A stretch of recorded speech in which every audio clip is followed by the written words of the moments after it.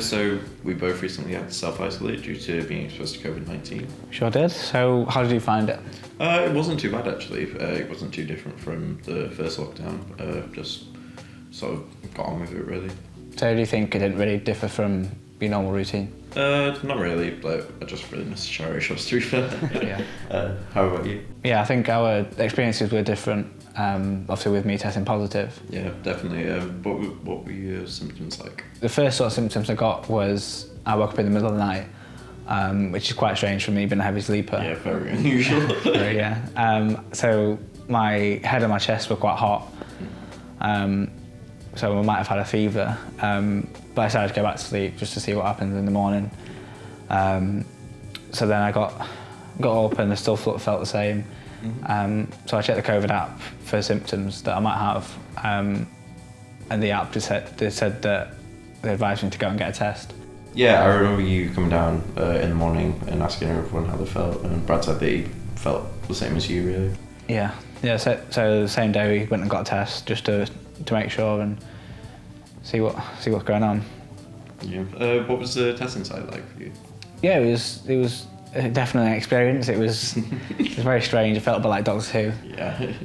But it was the actual process of getting tested was so easy. It was really straightforward, and we were in and out within 10-15 minutes. Yeah, that was the exact same as when we all went the next day. It was a bit eerie, but it sort of softens up by having mates around.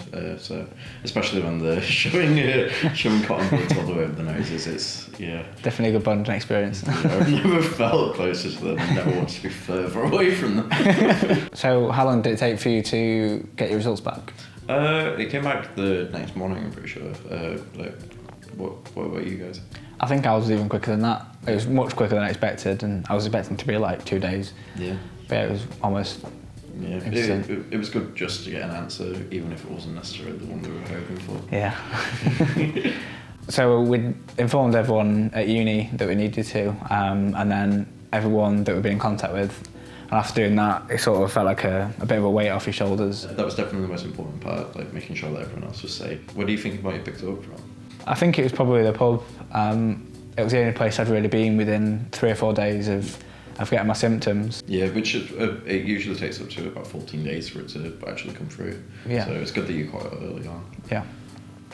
Which it was also very strange because, we were at the pub together. Yeah. I managed to catch it and you didn't, which is very strange. Must be your vegetarian powers. So what did you do to keep busy in isolation? Well, I made sure to get into a routine, waking up early, late each morning. Yeah, I'm quite aware with your alarm clock. Yeah, sorry. but keeping occupied was the main thing. Reading new books, baking, moving marathons with you guys, and on the night we got 17 pizzas from Papa John's. Yeah, definitely. Oh, those are the days. So what did you think of the support we got from uni?